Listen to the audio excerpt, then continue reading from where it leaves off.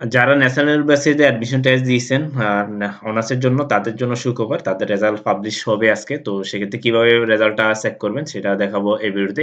Basically এটা কিভাবে আসবেন? মূলত আমরা ২ টা ওয়ে এর মাধ্যমে দেখতে পারবো। একটা হলো ওদের মেসেজের মাধ্যমে, একটা হলো ওদের ওয়েবসাইটের মাধ্যমে। ওয়েবসাইটে চেক করলে কোনো টাকা পয়সা লাগবে না। মেসেজে চেক করলে আপনার ৳২ কত পয়সা লাগবে জানি। ওটাও দেখাবো। বাট ওয়েবসাইটে যদি না পারেন তাহলে মেসেজে চেক করতে পারেন। ওয়েবসাইটে কিভাবে চেক করবেন? ওয়েবসাইটে এটাতে আসতে হবে। এটা আসবেন কিভাবে? আপনি জাস্ট আপনার Google এ যাবেন, যাই নিউ অ্যাডমিশন লিখলে চলে আসবে। আপনার অ্যাডমিশন টেস্ট রেজাল্ট লিখলে আপনাকে ওয়েবসাইট শো করবে। ওইখান থেকে আপনি ক্লিক করে তাদের ওয়েবসাইটে যাবেন। যাইলে হলো ন্যাশনাল ইউনিভার্সিটির ওয়েবসাইটে যাইলে হলো আ ওয়েবসাইটটা মাঝে স্লো করে। ওটা নিয়ে টেনশন করার কিছু নেই। মাঝে এরা যখন রেজাল্ট পাবলিশ হয় তখন একটু স্লো করে।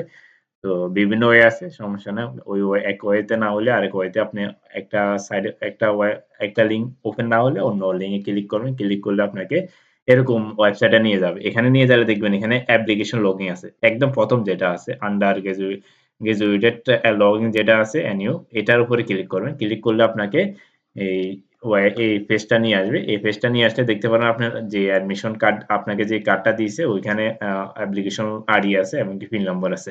এটা দিয়ে আপনি লগইন করলে আপনার রেজাল্টটা যদি আসে তাহলে আপনি এখানে কংগ্রাচুলেশন আপনি ওই কলেজের জন্য সিলেক্ট হইছেন এটা আপনাকে শো করবে। আরেকটা ওয়ে আছে তাদের আরেকটা ওয়ে হলো যে আপনার মেসেজের মাধ্যমে চেক করবেন। এটা একটু ইজি। এটা যদি আপনার নেটে যে ওয়েবসাইটে যদি সমস্যা করে তাও এটার মাধ্যমে আপনি রোল পাই যাবেন। আপনি যেটা করবেন আপনার মেসেজ বক্সে যাবেন। মোবাইলের মেসেজ বক্সে যাই আপনি এই নম্বরে মেসেজ করবেন।